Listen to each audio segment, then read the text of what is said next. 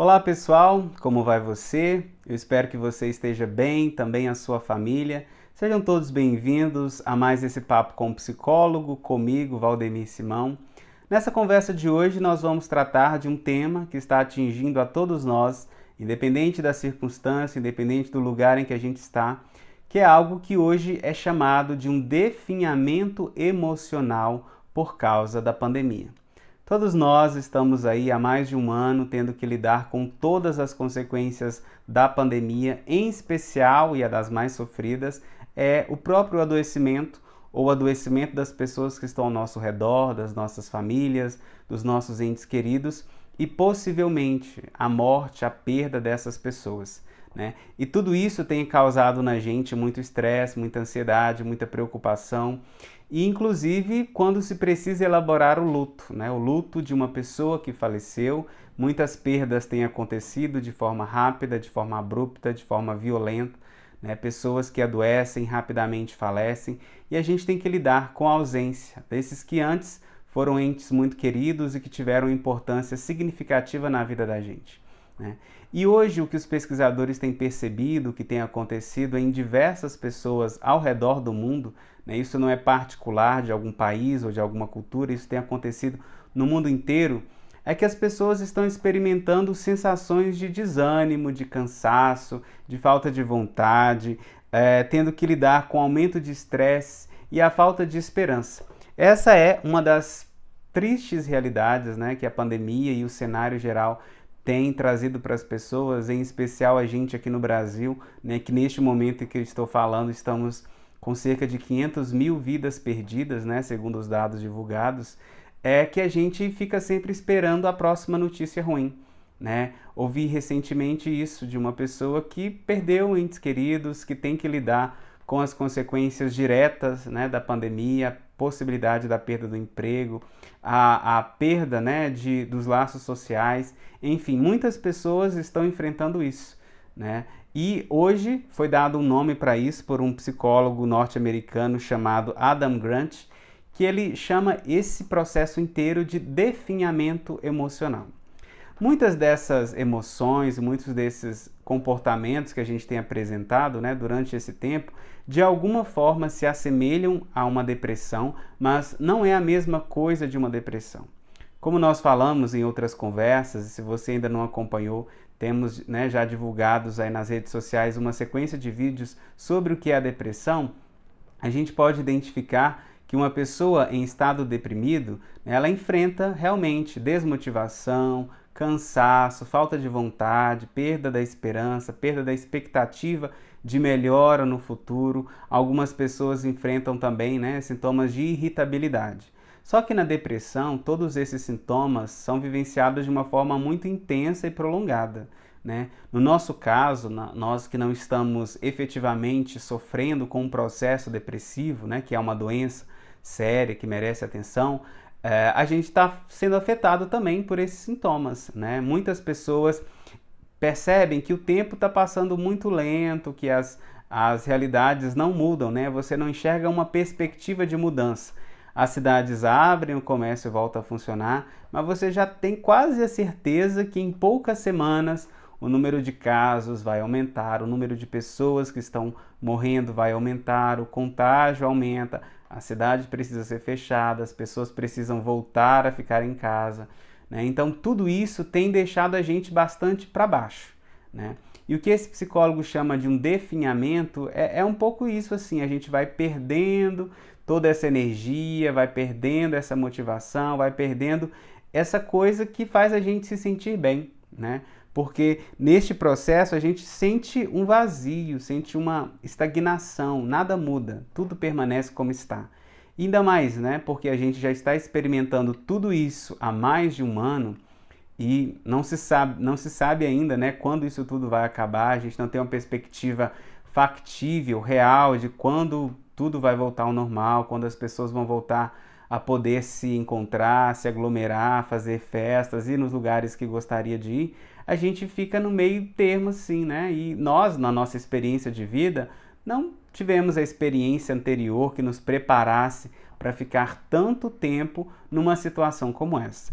Então, esse definhamento, né, ele pode ser entendido como um meio termo aí, né, entre uma depressão, não é realmente uma depressão, e o meio termo, embora um pouco distante de um bem-estar, né? Você não está tão bem, mas também não está tão ruim, né? É um definhamento que torna você assim numa constante de todo dia sentir o medo, de todo dia sentir a angústia, de todo dia sentir a preocupação.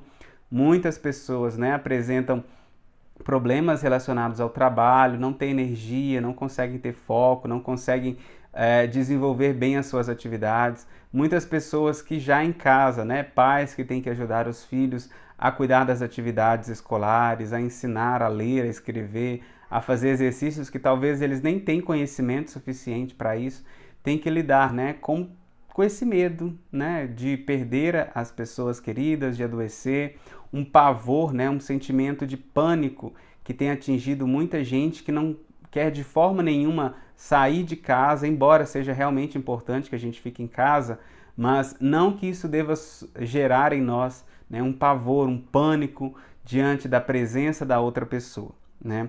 Então, o que a gente pode pensar, né, em relação a esse fenômeno que está sendo chamado de definhamento, né? O que a gente pode fazer com isso? Infelizmente, a gente ainda não tem, né, uma previsão de quando as coisas vão voltar ao normal, e mesmo agora a gente não sabe, né, que efeitos isso terá na vida das pessoas, que efeitos a pandemia vai ter na vida de todo mundo, né? Algumas pesquisas e estudos já mostram que o aumento, né, de sofrimento mental, de depressão, de ansiedade, de angústia tem sido significativo. Muitas pessoas já estão enfrentando, né, processos de adoecimento e de sofrimento, e algumas pesquisas mostram que talvez isso vá se agravar ainda mais, né, porque a pandemia, mesmo que ela acabe, né, esperamos que acabe logo, ela ainda continuará a gerar consequências.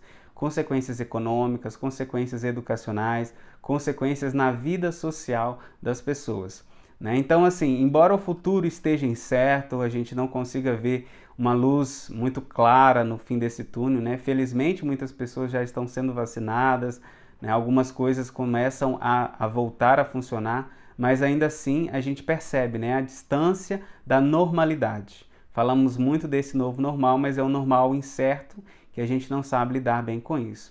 Então, o que a gente pode fazer, né, diante desse quadro, diante desse fenômeno, né?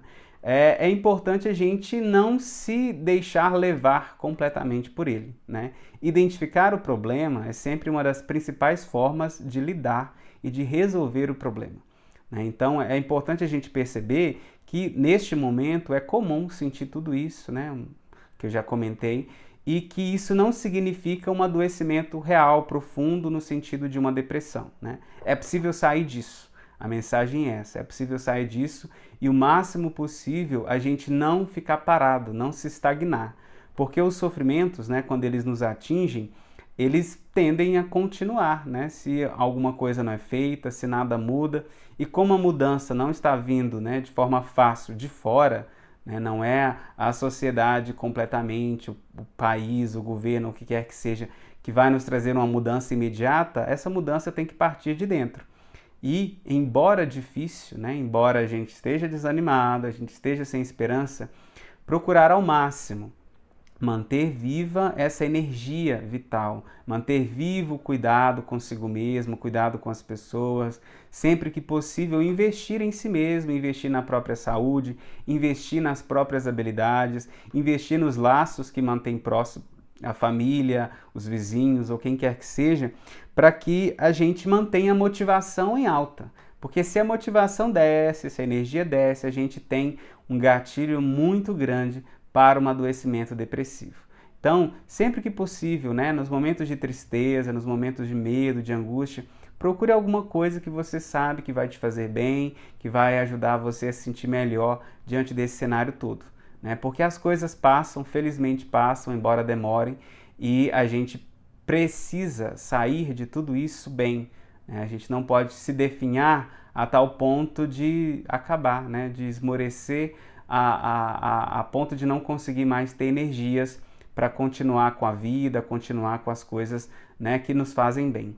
Então, né, diante do definhamento, diante de tudo isso, procure sempre que possível cuidar de você, cuidar das pessoas que estão ao seu redor, para que você consiga perceber que coisas boas estão acontecendo, a vida continua acontecendo, né? E a gente está aí nessa jornada, embora difícil, mas numa caminhada que é a nossa vida. Não dá para fugir completamente da realidade, não dá para a gente virar as costas, não dá para negar o que está acontecendo. A gente precisa encarar, mas encarar com coragem, encarar com força, para que saiamos melhor de tudo isso. Eu espero que você tenha forças, que você tenha energia, né? E que todos nós saiamos da pandemia e do definhamento o melhor possível, tá? Agradeço você por acompanhar a nossa conversa, o nosso debate. Deixo para você aí, né, as minhas boas energias para que tudo fique bem. Acompanhe, né, outras conversas sobre isso nas redes sociais, no meu Instagram, no YouTube, né, no meu canal Valdemir Simão, para que a gente continue a compartilhar conhecimentos e experiências para o bem das pessoas. Um abraço e até a próxima.